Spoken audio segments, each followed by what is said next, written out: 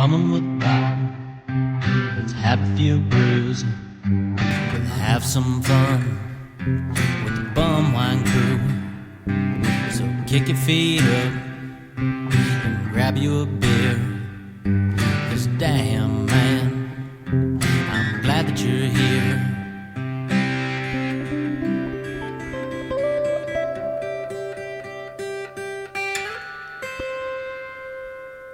All right. This is Bumwide Bob welcoming you to an all-new edition of Bum with Bobcat.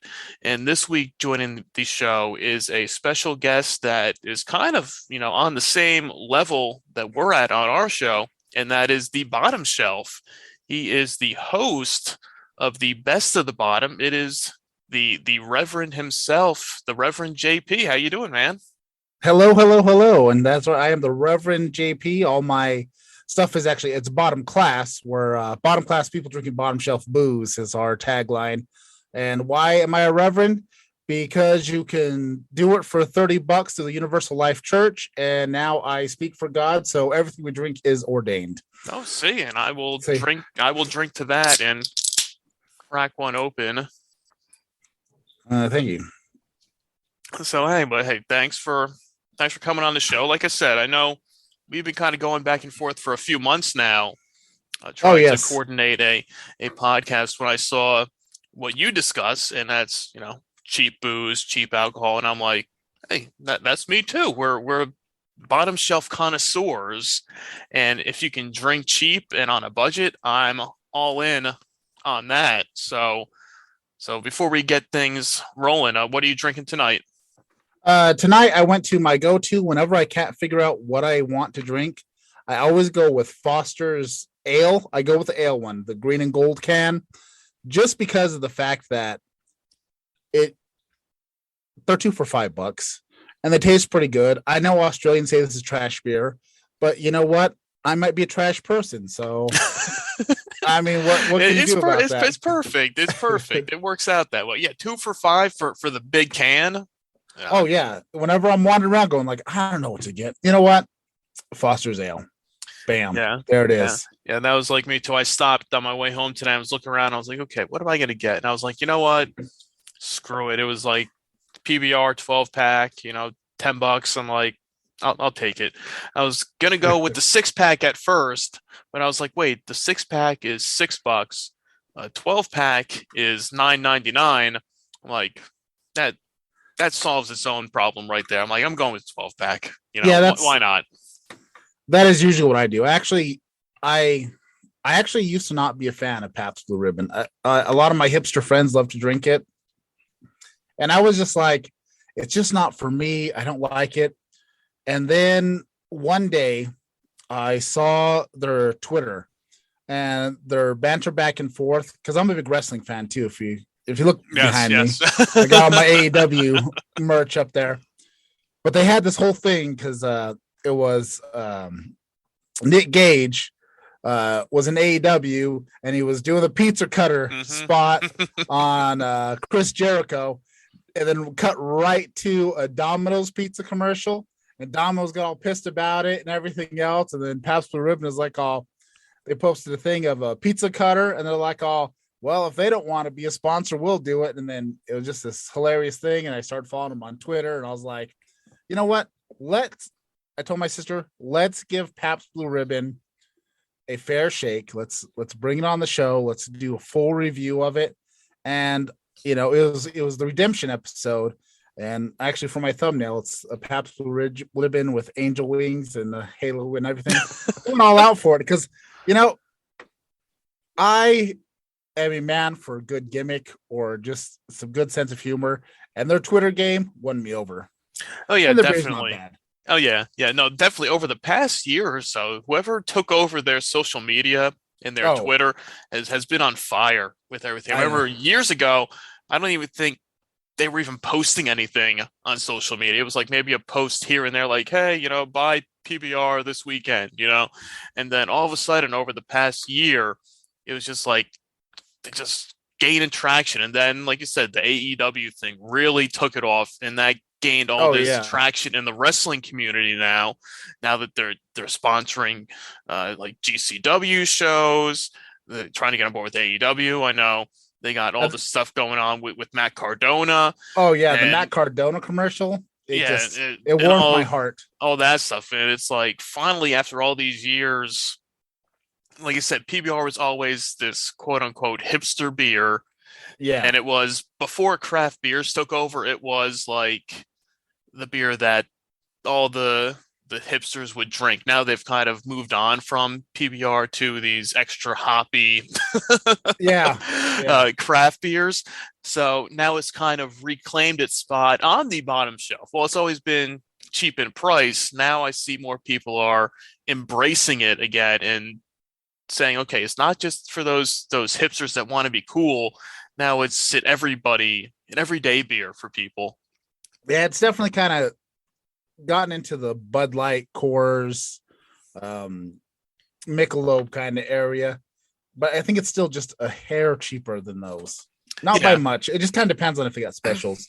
Yeah, it's usually like $1 or $2 cheaper. So I mean, if you're really trying to, pick up that loose change, you'll get a little bit further for your buck with the PBR than a Bud Light or Coors Light, and I think it has a more of a better taste to it than the light beers. So it's picking up steam again. So it's good to see them out there gaining that traction and getting more notoriety and more main sponsorships. And if it takes over the wrestling world, then hey, more power to them. Oh yeah, that's actually, talking about booze and wrestling. That's kind of what I found interesting about your whole setup, the Bumwine Bob website, the podcast. I saw exactly what you were doing. You saw what I was doing. I was going, man, this is right up our alley. And we have the Reverend here now to bless our drinks, and now we can all drink in peace and harmony and escape from the cruel world. Yes, that's out there. Everything drank in my presence has been ordained by the deity or deities above. See, and like I said, I was catching up on your, as of we recording this, your last stream from last night, and you said we're only not even halfway into January of 2022, and it seems like this month has been going on for. I know. I mean, before we even got to January, we lost, Betty White, the universe's grandma, and then I'm not going to go as far as saying America's dad, Bob Saget, but that was pretty shocking. Yeah. We even lost Rob Bruce. I don't know if you ever watched Comic Book Men, but he was the guy that came into Silent Bob's secret stash. He would do all the appraising of the different toys and stuff, and was a vast knowledge of geekdom. And even he passed away at the beginning of this year. Yeah, we're not starting off 2022 on a good note here. That's for people always say, "Oh, new year, it's gonna be great. We're gonna wipe out everything from the past 2 years and all the negativity." And here we are, almost halfway into the month, and it's not looking good. Yeah, I got some pothead conspiracy thoughts going on here for you. So I'm a retired pothead because my real job does not allow me to do such things because it's not legal everywhere yet, even though it just became legal in our state. It's not federally. Disappointment. But I was watching TikTok, and it was a stoner account, and somebody had commented that, what if the world did end in 2012 and we're facing through little tiny phases going all the way through, and everything slowly dropping away of our reality? Then I had the thought, because I was watching Good Mythical Morning, and apparently the Rhett was talking about the fact that the Voyager 1 satellite broke through into interstellar space in 2012. And what if, as we reached out beyond our known galaxy and our little so our world into the vaster space outside the Milky Way, that was the sign of the humanity entering into our next phases of evolution. And that's why things have been so weird and scattered, and things are chipping away of the old world ways of doing things. And we're just on the very verge of taking that next step to the next evolutional advancement of the human race, to where we can actually prepare ourselves to travel amongst the galaxies. See now that's trippy. That's now I can see where that's the stoner. It was just one of those weird thoughts that I had randomly. But at this rate, it's somewhat believable. It's like, you know what? Yeah, maybe he's right. Maybe this is. It all makes sense now. This is why over the past few years, everything just keeps getting worse and worse and going downhill. It all makes sense. But if you look, though, for the amount of stuff that has gone awry, there's also some positivity, back things up. And I think people are learning to change their ways of doing stuff. Yeah, granted, we have a lot more division amongst, right wing, left wing, whatever. But if you look at the main focus of people, a lot of us are finding more commonality between us, whether you're gay, you're straight, you're black, you're white, whatever it is.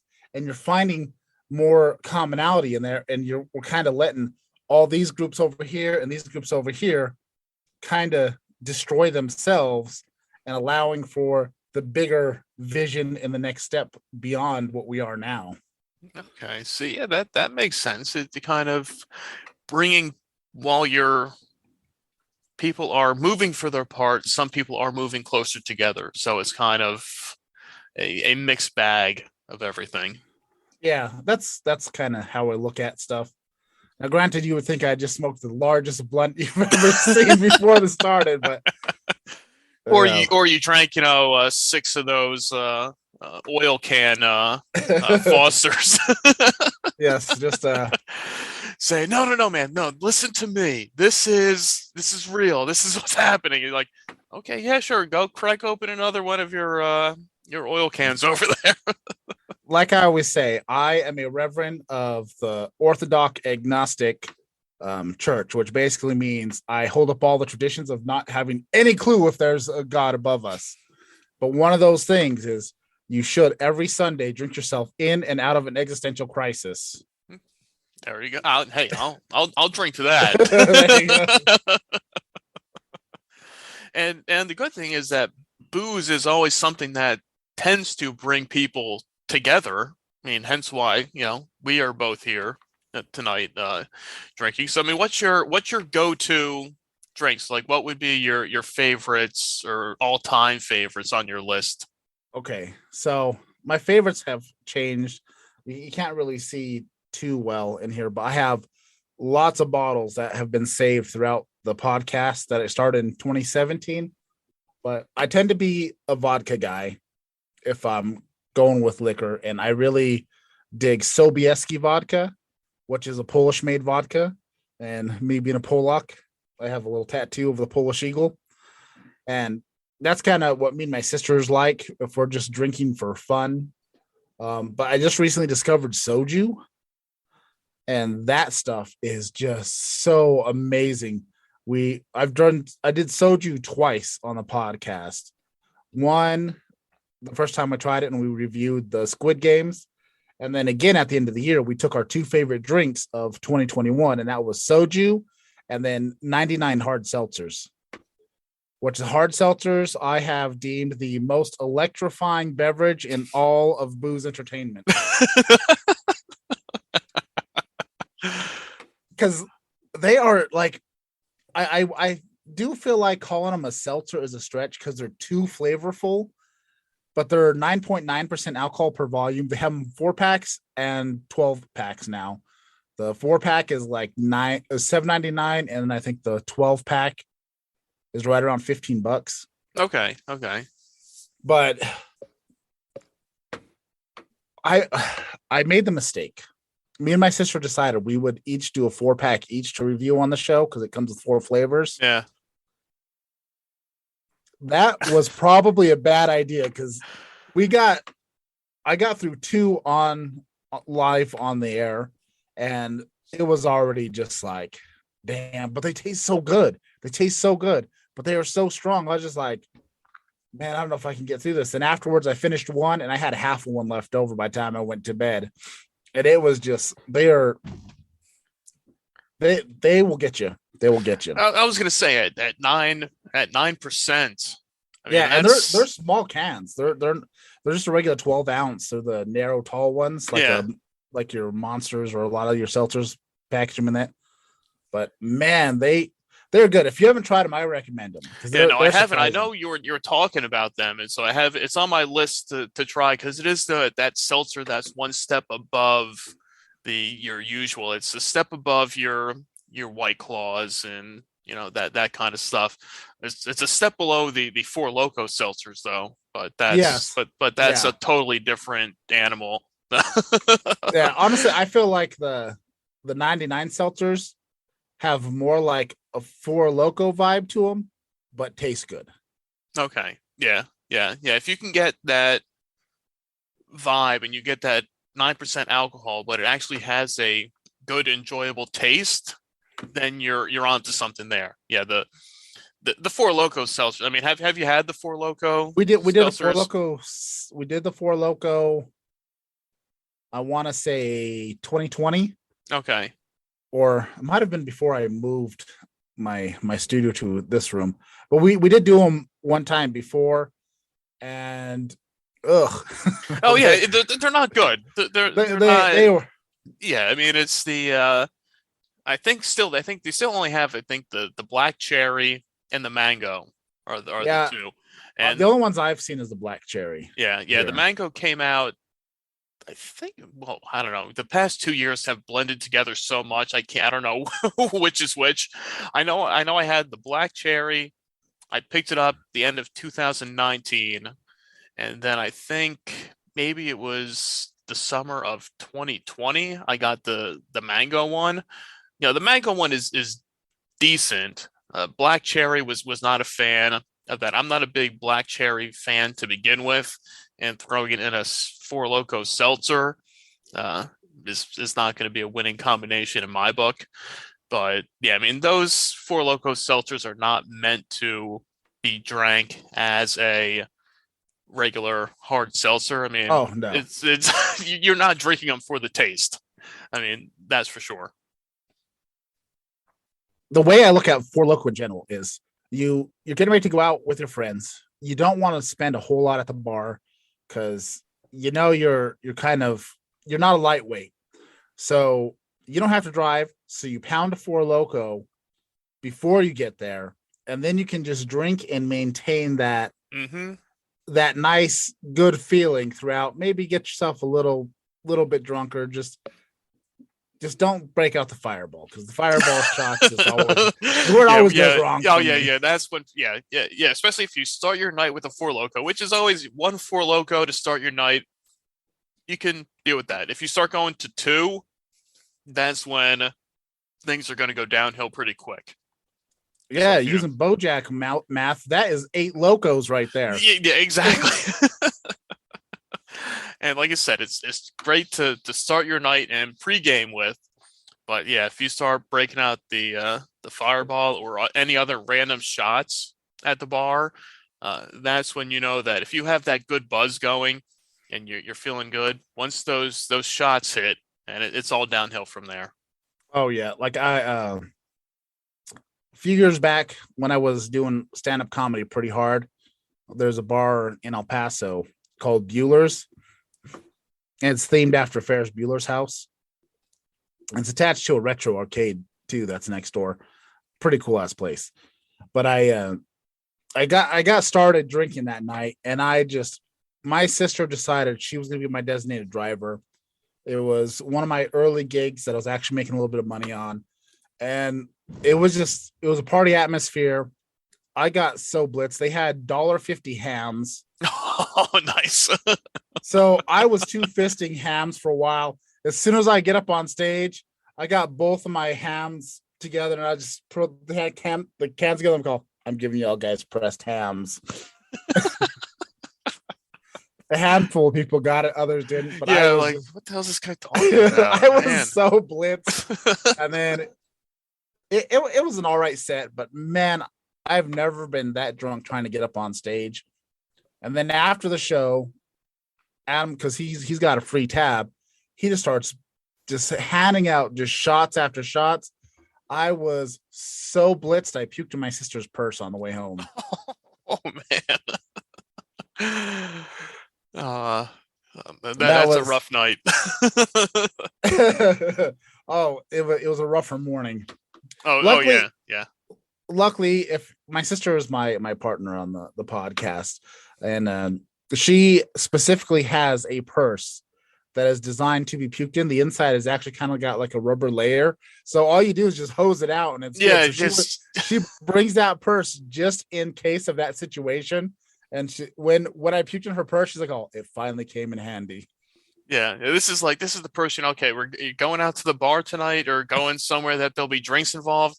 I better take this purse tonight, and then before we get in the car to go home, I'm going to take out all my valuables or anything important, and just in case we need to use this for another reason.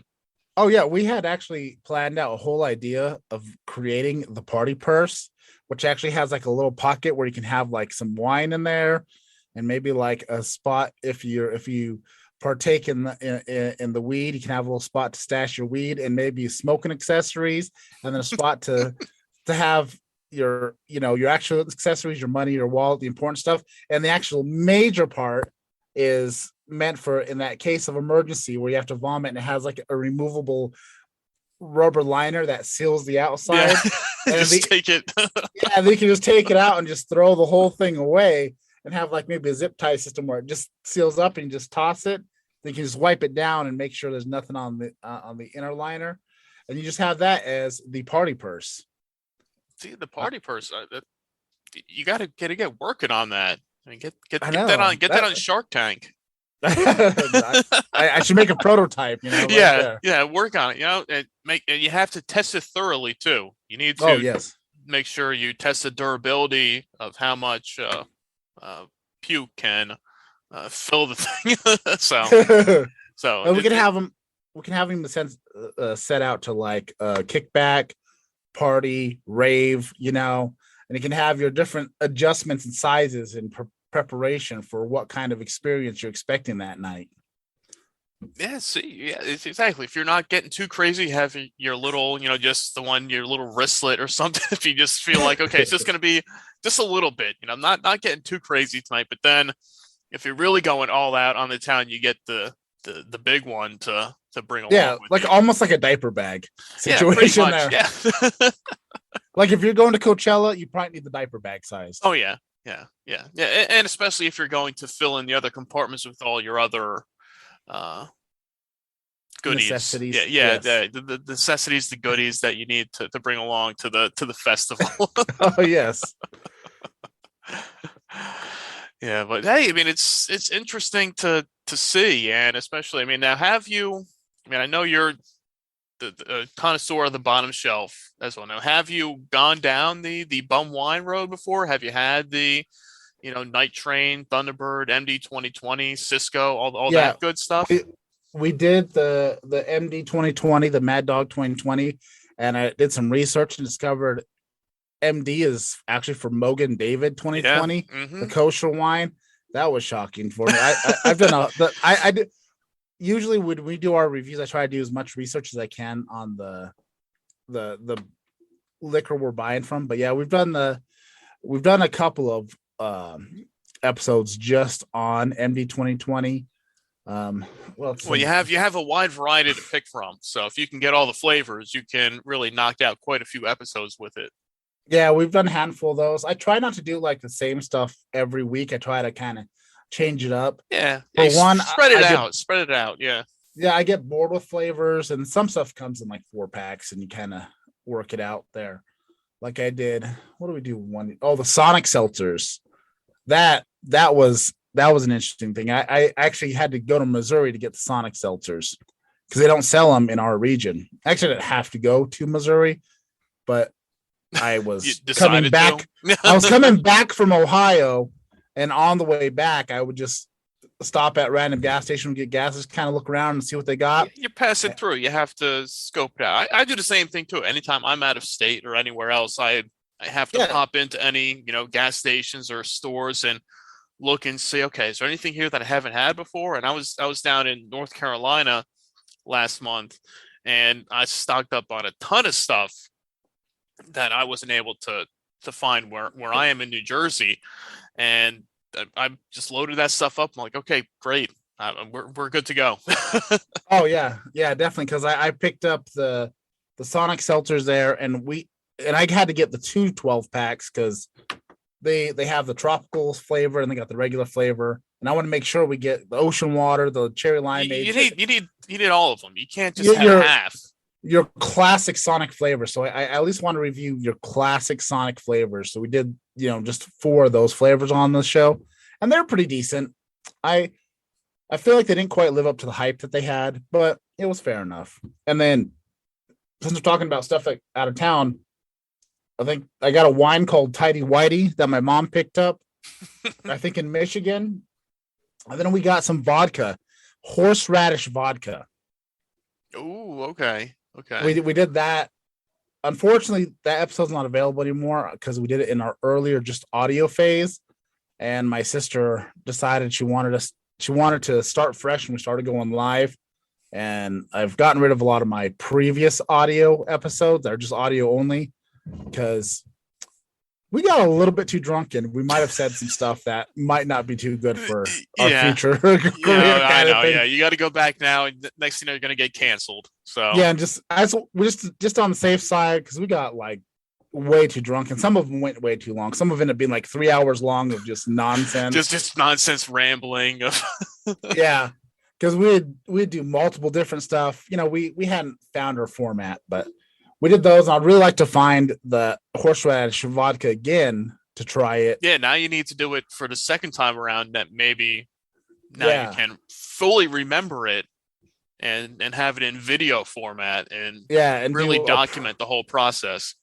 Yeah, do a proper podcast of it. Yeah, because it was actually, I thought it was going to be terrible, but it actually was fairly good. It would have gone great in like a martini or not a martini, but a Bloody Mary or something like that. It would have been solid. Yeah, I think I was talking to somebody this past weekend, and they were bringing up it wasn't horseradish vodka, but it was another type of vodka that they were saying was great in Bloody Marys. And I was like, I'm not a big Bloody Mary fan because I'm not a big tomato juice fan. But I mean, if you get enough garnish around it with, the right type of vodka, and like you throw in, some bacon or anything you add in with it, I'm like, okay, this will camouflage the actual drink, and I'll drink it in that case. But I forget I don't know if it was garlic vodka maybe or something like that. I know around here I can find like a lot of jalapeno vodka. They have green chili vodkas. Okay. Because being here in New Mexico, Hatch green chili is the thing here. Chili is popular. There are so many green chili beverages, green chili wines, green chili ciders, green chili beers. Are they good? Or most of them just been kind of a novelty. The wine was actually better than I expected it to be. It worked well. I'm not sure you'd want to drink a whole bottle of itself. Yeah, but if you have like a glass and share it, share it around. If you share the bottle and you all each have a glass, maybe with dinner or something, it's pretty good. The cider we got, it was like a dragon fruit green chili mix, and it was from a small brewery in Texas. Oh, that was the worst tasting thing I definitely one of the top worst tasting things we've had on this podcast. Somehow it tasted over carbonated and flat at the same time. I do not know how they managed to make those combinations happen at the same time, but they did. And I was just like, I don't know what to think. It's just mind blowing at that point. Everything didn't blend together. And then the green chili and then the dragon fruit flavors just clashed. It was just, I don't recommend, if you ever see green chili, dragon fruit seltzer or ciders anywhere, just walk away. Don't do it. It's not worth it. It's not worth it. unless if you're trying to do a show and you want views and you're intentionally drinking bad stuff just for clicks, there you go. Okay, then that's go for it. There's a lot of things that I have done or bought just for the fact that it's probably going to be terrible. Like we did this wine. It's called Fun Wine. Okay, I don't know. Sounds fun. It's the bottle here. Let me see if I can reach the bottle. I'll show it to you. But this bottle, it has like every Asian culture trope. It's got some Chinese lucky cats on here. It's got a little like generic, almost Hello Kitty looking thing. The font is just ridiculous, and then you got some weird lips. It almost there's a lot going on that there's bottle. There's so much going on this. It almost looks like it's supposed to be like flavored lube that you get at an adult bookstore. And it's supposed to be a low carb, low calorie beverage. And it's supposed to only be 295 calories in this whole thing. It's supposed to be like the whole bottle? The whole bottle. Wow. It's supposed to appear to the fitness people and all that, which, there was a time when I used to be, a gym rat, and I probably would have bought this just for that fact. But it tastes like a strawberry fart in your mouth. Because they don't use regular sugar. They use it's just some artificial something. Yeah, they use something else in here. I know they have it on this label. They really hype it up on everything that's on here. I think it's monk fruit. And it just hypes up the sulfates to where just don't do it. It's a strawberry fart in your mouth. And see, my sister was like, "Oh, I hate it," and all this. And there's like 6 different flavors of it. So I told her for the next 6 days we're just going to do this wine all the way through. And I was like, "Oh, I think it's great. It's the best thing ever." And she's just like, "For the love of God, why are we doing this?" No, we got to move on. Something else. So last night I finally admitted on the live stream that I was like, "Oh, no. I admit it. It was terrible. It was terrible." Yeah. But it was a good time, though. It was a good time. It made it fun. And it helped create content, and that's what we're all about. Exactly. That's what we said. That's why we said it's like if you're going to the store to find something enjoyable to drink, do not get that. Do not get the other cider you were talking about. But if you're doing something that you want to review or do a show about, then yes, pick these up. I mean, a lot of times I'll see random stuff that, does not look very good, but it's like, well, this could be so bad that it's, it's good content. So you say, well, sure, I'll pick it up. What the hell? I mean, and you never know. Sometimes you get lucky. You might see something that sounds like it's a bad idea, and then you try it and you're like, you know what?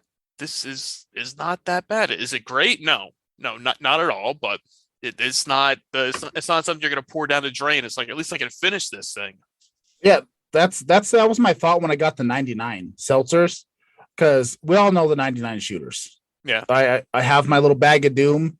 I get a bunch of random shots from the liquor store, and we just draw out of it, and you have to take a shot, whatever it is. And obviously a lot of times we get 99 because there's so many flavors of 99s, and all of them are just powerful. They burn. They don't taste great. So I thought a whole seltzer of that, it's going to be great. It's going to be terrible.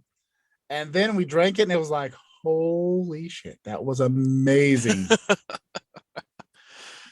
Sometimes you catch lightning in a bottle and it works out. It's the perfect blend of the flavor and the alcohol, and then add in the seltzer with it too, which, like I said, I'm not a big hard seltzer fan, especially not of White Claws. I mean, those I think are just terrible, or any of like the other mainstream ones. But there are some smaller ones that are pretty good. And then if you can get the ones that have the right amount of flavor to them, and especially that a little bit higher alcohol with it, it can be the perfect blend. Yeah, let's me. I enjoy a lot of seltzers though, because I drink through my fitness phases. I got used to drinking a lot of seltzers instead of sodas, so I enjoy seltzers in Yeah. general. I mean, For the I most like part. seltzers, like regular seltzers. Now, I'd rather take that and mix it, with Oh, some sort of definitely. hard alcohol and just do my own hard seltzer. So, okay, mix it with some vodka or something like that. I mean, I'm like, I don't need a prepackaged hard seltzer. I'll get a regular seltzer and then I'll mix it up with whatever flavor I want. Oh, yeah, that's definitely that's kind of how where I got started on doing the hard seltzers. Anyways, when I was hardcore gym rat, going to the gym 6 days a week, training for fights and everything else, I would just I'd go to the bar, get vodka, uh, seltzer with a twist of lime. That's what I drink, And if I was really looking to party, double shot of vodka, you know, and that's Amp it up, man. Let's do it. yeah. And then the only extra calories you get is just the vodka. But right. but I haven't been a gym rat in a while because I jacked up my neck in the last fight, and I'm just not that interested in it now. So So what were you doing? What were you what type of fighting so I was really getting into MMA and stuff like that, and then so my actual profession is I'm a paramedic. That's what I do for in the real world. mm-hmm. And every year they have battle the badges. So one of the easiest ways to get some fights under you is to battle the badges. And I, being the fearless idiot that I am, decided to fight this giant 6'4" gorilla of a human being. And the first time I caught him with a solid hook, but I dislocated my shoulder. And I couldn't finish the fight because my shoulder was all dangling. So the next fight I did, I fought this other guy. I won that fight. And then I ran into him and I was like, hey, let's do a rematch. Let's, finish this actual fight out. Because last time I feel like it just ended because I couldn't get my shoulder back in. But see, then I got to the point where I could just pop my shoulder back in easily. If it pops out, I could just, boop. It's made out of marshmallows. Mm-hmm. So I was in that fight and my shoulder, I can easily switch. I'm very ambidextrous. So I'd switch from southpaw to orthodox at a whim. And I decided to come out fighting in a southpaw position. And I should have stayed in orthodox because it was throwing him off. No, I should have stayed southpaw. I don't remember. I did the opposite of what I normally do. Yeah, should have done it the other way. I should have stuck with what I was doing because I was doing it better. It was better that way. And my shoulder popped out and I was being Mr. Machismo here, and I popped my shoulder back in, but as I popped it in, I let my guard down and it caught me into the chin. I fell, my head hit the ropes. It was an ugly, it's on YouTube. No, on YouTube, on Facebook, on the Las Cruces Battle of the Badges. And I hit so hard, and ever since then, my neck's just been horrible. So I was like, you know what? I'm just going to focus on my comedy. I'm going to stop throwing punches and start working on punch lines instead. Yeah. It's a lot safer that way. Yeah. I mean, I enjoy fighting. So now I let my son do that. Oh, there you go. There you go. Yeah, I got 3 kids. So yeah. You let him take care of the fighting side of it. You just stick with the comedy. Yes. I will stick with the podcast and the comedy, the movies. I got so many things that I do. It's almost obscene. So how did you get into the podcast world? What made you start the show? Okay, so this is going to be a slightly sad story for a moment. Oh, so I've been a paramedic. At that point, I was going on 14 years, and 14 years of seeing a lot of really messed up stuff. Kind of wears on you. And I just remember one day we ran a call. This guy was just dead on the side of the road. No ID, no nothing, nothing we knew about the guy. There was no saving him. It was a sad moment. And as we were leaving, I have this tendency, if I don't know what happened, I create what happened in my mind. And I started talking to him, and I told my partner that this poor guy, clearly he was walking home from an AA meeting. He finally got his life back together. He was just about to get ready back together with his wife, who was estranged from last year because he got too many DWIs. That's why he was having to walk home. And unfortunately, he got nailed by another drunk driver who ended up being his brother-in-law. And I started this whole story. So that started making me writing a movie and then a movie script. And I started listening to a lot of Kevin Smith podcasts. And I thought, what's a good way to slowly get my feet into an entertainment realm? And so I thought doing a podcast. And I said, what do me and my sisters have in common? We drink cheap booze together. So one day we were just drinking some cheap wine together. My sister's friend said something outlandish on describing the flavor of it. And I thought we can make a podcast out of that, best of the bottom. We're bottom class people drinking bottom shelf booze, and just all kind of fell in together. And the podcast started off, it was me. I have two sisters that are twins, and then their friend Sammy. So there was four of us originally. And so we do the podcast together. And then Sammy decided she didn't really want to commit to that much effort. So she shows up every once in a while. And then my other sister, she got tired of being committed to it. So then it just came me and my sister Diane, who are the most committed to it. And we just kind of stuck with it. And we've been off and on for a long time. Like we'd get our following to grow a little bit, and then we get busy. I'll put out a show for weeks on end and then drop it, and then back and forth. And then one day I said, we're going to go live on Twitch. We're going to do it live every Monday, 9 p.m. And I'm going to do it like that. And that's how we've been doing it for this will be our 2 years now. We've been going live. Okay. And that's just kind of where things have grown. Twitch is definitely our strongest platform. We got affiliated on Twitch in about 3 months. And since then we don't have huge numbers, but we're slowly grinding away. I think we're at like 115 now, and we're getting ready to do our next 24-hour live stream sometime this year. Ooh, and we're going to do 24. Wow. Yeah. we did last year. We did it, not last year. Well, I guess for 2021. Yeah, I guess we did it on New Year's Eve, and we started at like, I want to say 8 o'clock in the morning or 9 o'clock in the morning to 9 o'clock the next day. And that really boosted a lot of our numbers on Twitch.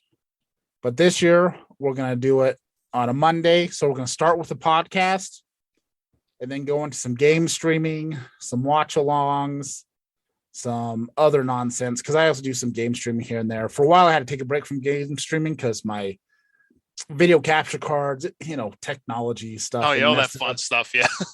So all my game stuff wasn't communicating with Streamlabs, and I finally got that straightened out. Had to order a bunch of new cords and all that, and now it works again. So I've just started back up with the live streaming on Twitch, which will probably be live tonight sometime. I don't know, probably in a couple hours. I just stream till about midnight or so, just playing random retro games or just stuff I find interesting. I do a lot of platformers and like RPG stuff. So I do that just as a extra something, just to create content, help get other viewers in, bring them into the bottom class world. Bring them into the family. Whatever it takes. You lure them in with the video games, and then they find the other content of the cheap booze, and they're like, hey, I like these guys. Yeah. And then we do that, and then I've done a few short films. We do a lot. I have a film crew that I work with out in El Paso called Real Bravo Studios. We do the 48-hour film challenges, and those are freaking wild. It's 48 hours. They give you a genre, a line, and a prop that has to be used. Then you have 48 hours to film it, edit it, do whatever else you need to do, and then get it turned back in. We won a couple awards. We've done 5 so far because 2020 happened and screwed up everything. Yeah. So we do that, and then I've done some other stuff. I just got to be a background actor in a Ryan Phillippe film that'll be coming out sometimes, probably next year or this year. I'm not sure. And I actually got to be do some stuff in the Clint Eastwood Mule film. Like I I'm just all over the damn place. I was gonna say you're busy, busy person over there. I was gonna say, well, what's next for you and the podcast? But I mean, I see you're pretty freaking busy as it is. Yeah, I'm trying to keep. I just try to keep my hands. I just keep putting a bunch of irons in different fires and see which one starts to shape first. Yeah. But no, I'd say my biggest passion that I focus on the most right now is my podcast, because I can do that. I'm in more control over when it happens and how it gets done and put out there into the ether, assuming technology doesn't mess it up or anything like that. Doesn't destroy it on you. Yeah, because for the last 2 years, I think we've only missed 2 episodes. One was because me and my sister both got COVID, so we didn't do an episode there, but I put out a little thing. And then the next episode we talked about our COVID experiences. And then we did, and then I missed one episode because I was out of town, unfortunately, for a funeral. So, but, I'd say pretty beyond those couple of things that was beyond our control. Every Monday we're here. And then every Monday live. And then I try to do some stuff for the YouTube channel. I have a few cocktail stuff that I've done, some unboxing, just trying to figure out what I'm trying to do with my YouTube channel. Besides, it's always trying to figure out what content, what can hit, what do people want to see. That's always the main thing. It's tough to find it. Oh yeah, it's definitely, YouTube is much harder to find that algorithm than Twitch. You can actively talk to people. So right now my main focus is keep Twitch growing. Then I post, then it goes available on the Bottom Class Entertainment YouTube channel. As a matter of fact, this week's podcast just it's all uploaded and everything. I just got to click the go live button and it'll be live as soon as we've done recording this. And I don't know, eventually I want to get back out there doing some stand-up comedy, but that's a little bit harder with my current schedule. Yeah, well, you got your hat in so many different areas right now. Oh yeah, like you said, you want to do the podcast, you want to movies, videos, comedy. It's a lot to keep track of, and having to work on top of that. I mean, it's just trying to find hours to get the stuff done. I mean, in a perfect world, you could do everything you want to get done, but we all know it doesn't work out that way. You have so many hours. Yeah. And I'm learning to be a piercer too. Oh, but that's actually a project for my son. He's become a tattoo artist, and me and his mom have been his canvases. I actually got 2 brand new tattoos that he did. One last week, one this week. So he's been work for that. So the goal is we're going to get him a tattoo shop going, and in order to be a good, solid, successful tattoo shop, you also need to have a piercer. Mm-hmm. I'm a medic. I stick people with needles all the time. So you're halfway there. Yeah. Yeah. Even more than that. Yeah. It's not much of a transition. I mean, look, if I legally am able to cut a hole in somebody's throat and jab a tube down there, mm-hmm. I'm pretty sure I can stick a needle through somebody's ear and give them some pretty juice. Yeah. I think you can handle that. I think. Yeah. So that's the many things that are in front of me in this new adventure. No, that's great. That's great. Hey, I appreciate you taking the time to come on here and chat with me, and we'll definitely have to do it again, and we'll find some fine or not so fine beverages to crack open and enjoy the next time, maybe for a little mini review on the podcast. So, but I mean, tell everybody where they can find you and the podcast and all that good stuff. Okay, so I've simplified it. Pretty much all my social media is going to be at Bottom Class: TikTok, Twitter, Instagram. Best of the Bottom has its own Facebook page, which is Best of the Bottom, and then Twitch is Bottom Class, and then the YouTube is Bottom Class Entertainment, because that's what was available to me, and that's where I post everything there. I do some random TikToks here and there. I've like I said, I branch out as far as I can go. I have all the socials. Yeah, I know you're spread as thin as can be at this point.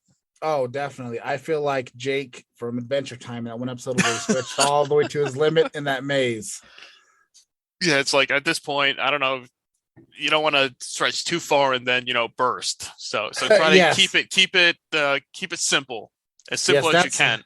That's why my main focus is right now the podcast, and hopefully I'll have some other content coming available to the YouTube channel. I got some cooking show ideas in mind and a few other little crafty ideas. But it's done in a sarcastic tone. Yeah. So we'll see how it works out. There's a lot of finer tuning to it, but right now I do the podcast, and then we try to do an AEW Dynamite watch along, me and my sister, on Wednesdays, which will be live tomorrow at the Bottom Class Entertainment channel on YouTube. See, and I'm still going to try to push it. I know a while back I told you can do some content on the bum1bob.com as well. You're on there. You join the site. Yeah, these days we'll get you on there. I actually started writing up one thing, and then I was like, oh, I don't like that. And then I got a whole review that I've need to sit down and actually type up for the 99 Seltzers, because it was a lovely experience. So it's definitely, I got some article ideas in mind. I just got perfect. Figure it out. So I just got to figure it out. How can you don't do anything? I don't see how you don't have time to figure this stuff out. You're just sitting there, I know, just doing nothing all the time, but playing video games and drinking beer by myself. No, it's all good. I always put it out there. People, I say, hey, if you want to, do any content, write stuff, you want to, even if you just plug in your own shows and podcasts and everything, I always open it up to people. And anybody out there listening too, I always say it, you want to join the bumwinebob.com team. While we can't pay you anything, you can get your content out there, and maybe somebody sees it who can pay you. So remember that. It's just a forum to get your ideas out there. So, it's all about finding growth. Exactly. And if you can, work with people and make some, friendships and relationships and work together on stuff. I mean, that's kind of what the whole podcasting world is about, is working with people and trying to grow together and see who can, take that next step above. So yes, definitely. And we'll have to have you on the Best of the Bottom at some point. Like I said, probably once we get through this 24-hour live stream. I got lots of planning. Yeah, exactly. That, so. I know you're going to be busy with that one there, and I'll be sure to tune in and join for a portion of it. You don't want to just sit there for 24 hours? You ain't got nothing. We'll see. Depends on how many drinks I have and if I when I pass out. but thank you for coming on the show and blessing the beverages tonight. He is the Reverend JP. He is the host, co-host, the man behind the Best of the Bottom Class, podcast, Twitch stream, YouTube, all that good stuff. Be sure to check him out. I'll have all the links posted on the website when the podcast goes live. But hey, man, thank you, Reverend, for joining the show. Thank you. We will definitely have to do it again. Oh, for sure. And thank you for having me. It was great. All right. He is the Reverend JP. I am Bumwine Bob. And until next time, cheers. Cheers.